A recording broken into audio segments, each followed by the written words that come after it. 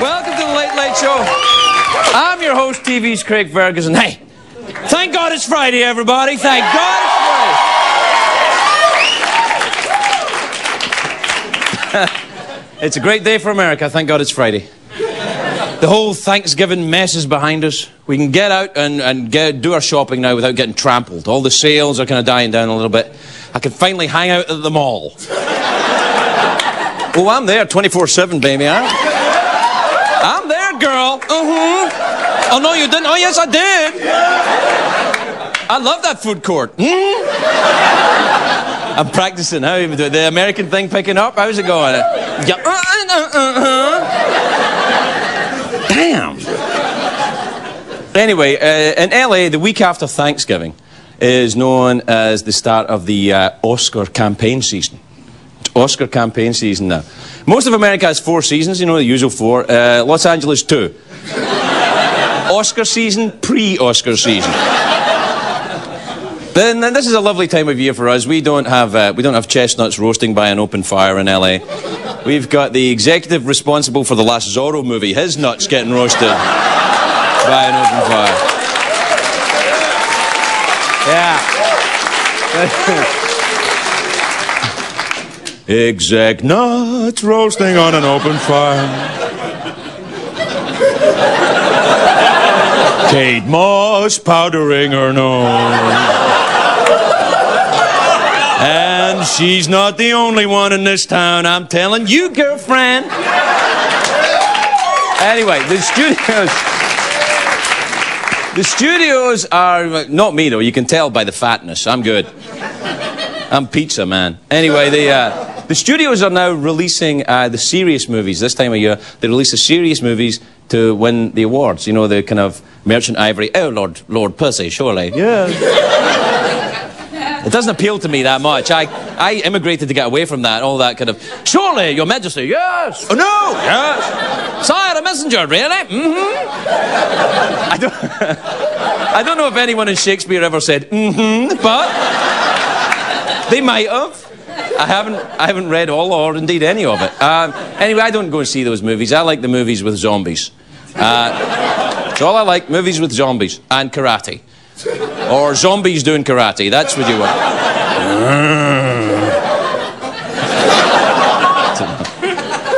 This is the time of year when the biographical movies are coming out. The biopics, that's what they call them, the biopics. You know, it's, they call them the biopics.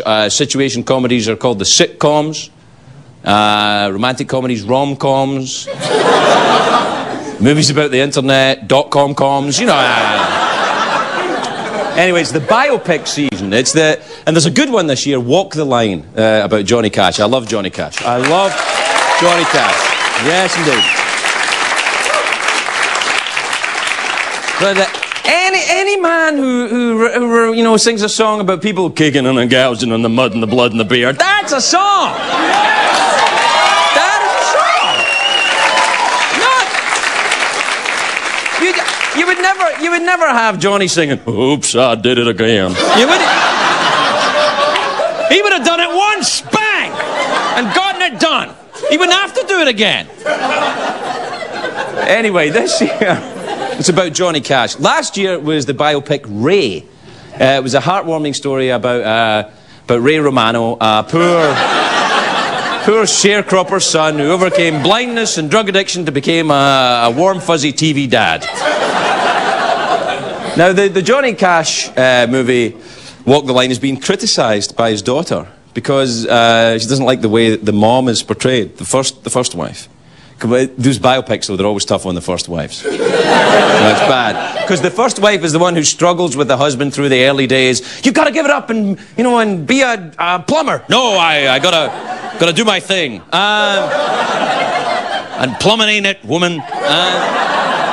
And then once the guy gets famous and takes drugs and everything and sleeps around, the first wife gets all uppity. That's usually what happens. That's what happens.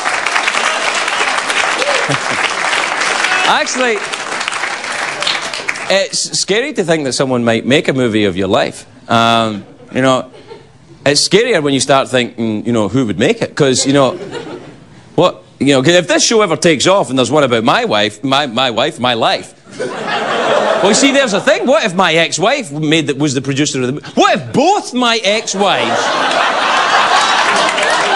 formed an alliance?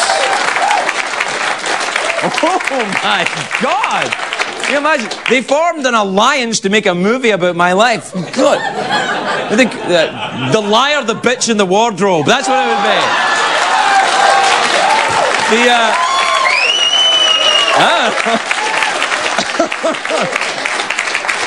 I don't know, maybe not. I tell you, I wouldn't mind seeing a movie of my life. I've been quite honest with you until I stopped drinking in 1992. Until then, my memory's a little patchy. I'd like to see what happens. I'd see Phillips. Oh, so that's what I did in 1990. All right.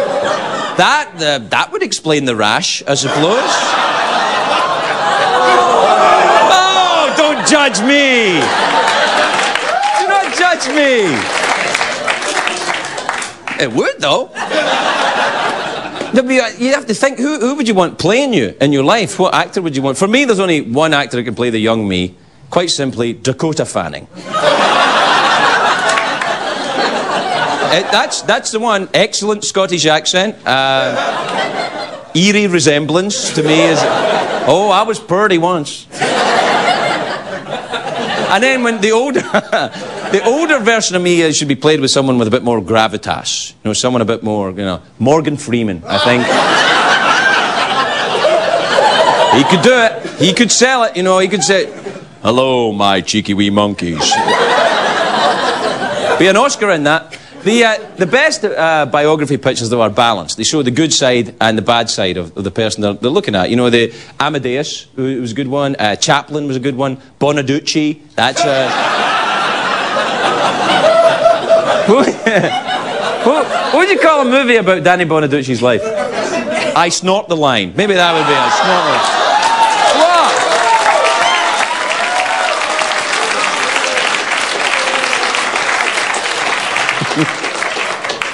What? I used to be pals with Danny Bonaducci. That phone will be ringing. Hey, Gandhi. Gandhi was one of my favourite biopics about, you know, Gandhi. Don't know.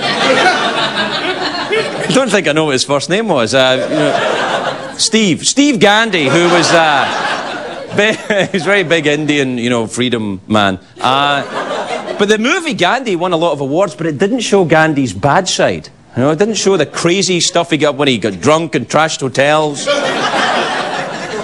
Sort of hit people with his little glasses and his flip-flop. I don't know, pooping in his diaper and all that. He could have. How do you know?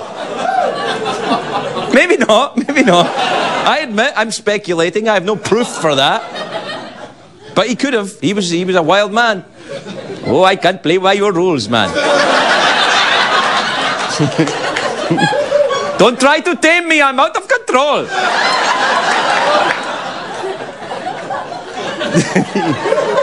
Somehow I feel I've just got myself into a lot of trouble. You get that horrible feeling, oh, I think I've gone too far. Tonight was the night. Anyway, Chaplin, the movie Chaplin, and Gandhi, they were both directed by Sir Richard Attenborough, who was, he was also an actor. A lot of people know him, a very famous British actor. He did a lot of, oh, I say, really? Oh, yes. Oh, sire, really? Oh, well, invade, right. Did a lot of that. He was the guy in Jurassic Park that said, "Welcome to Jurassic Park. Something bad might happen soon." The story, he was a very proper, very kind of, very British actor. And, you know, he talked a lot. I like to talk a lot. Like me. But he'd talk a lot. And there's a story about when he was directing Gandhi. I heard this from one of the crew on Gandhi. They were in India and they were shooting Gandhi's funeral scene. And he had this big sort of public address system set up to talk. There were 10,000 extras for Gandhi's funeral scene. All Indians, all these Indian people, 10,000 extras for Gandhi's funeral. And they set up this big public address system. And he got up and he was talking to them. He said, "Gandhi was a great spiritual leader of your nation. He in many ways, the British Empire was removed by his actions, and, you know, many lives were saved. And he went on, half an hour he talked to the 10,000 Indians. Half an hour he talked to them about how Gandhi was important, and this was his funeral scene. And then he gets down, and then this English, you know, crew member gets up and says, "All right, you lot, Gandhi's dead and you're all sad. Action!" Worldwide Pan